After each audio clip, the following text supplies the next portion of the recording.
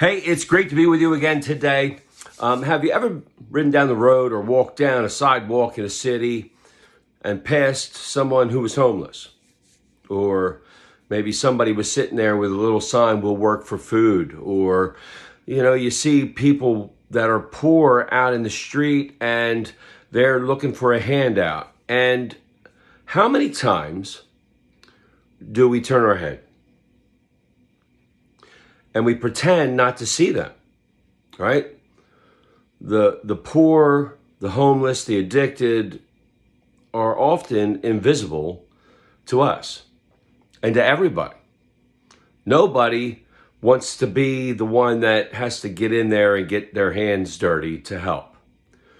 And James, the brother of Jesus, in his book in the New Testament says this: "What good is it if you say you have faith, but you don't act?" What good is it?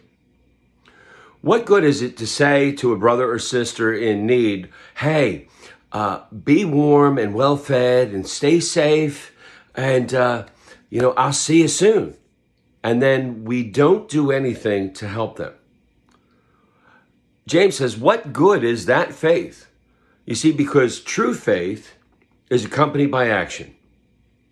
When we see something that isn't right, when there's injustice, when there's poverty, when there's addiction, when there's loneliness and the outcasts and the outlier, and what do we do as followers of Christ to follow up and to work with them and to help them?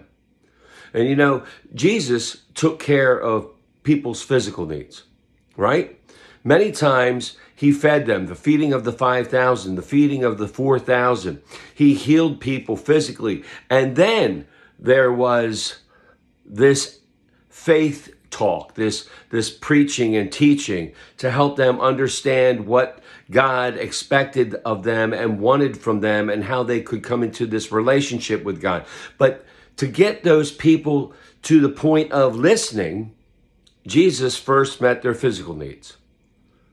We, many times as followers of Jesus, want people to come to church. We say, boy, I don't understand why nobody's coming through the doors. I don't understand why nobody came to that picnic event that we had, or that music event that we had. I don't understand why people didn't come. Well, when we don't meet physical needs of people, when we don't help them in their times of need, why would they come to the church if the church never shows up to help? So as we go through our days, may we model Christ